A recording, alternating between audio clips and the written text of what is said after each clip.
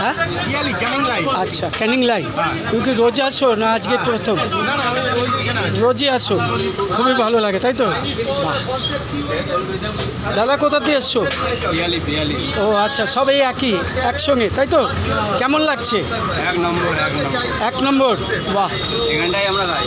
আচ্ছা, এখানটায় যখনই আসো তখনই এখানটায় খাও তাই তো? বাহ।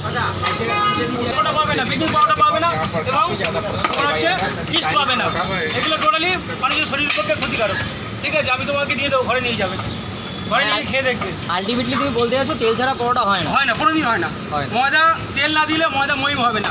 আচ্ছা, সর্বোপরি না কেমিক্যাল দেবে না তেল দেবে। এবার কথাটা কি জানো তো? বাবা মা না থাকলে যেমন ছেলে আসতে পারে না, তেমনি তেল ছাড়া পরোটাও হতে পারে না। যারা এটা বলে মিথ্যে কথা বলে, বাবা মা না থাকলে ছেলে আসতে পারে না, মেয়ে আসতে পারে না, তেমনি তেল ছাড়া পরোটা হতে পারে না, যারা বলে মিথ্যে কথা বলে।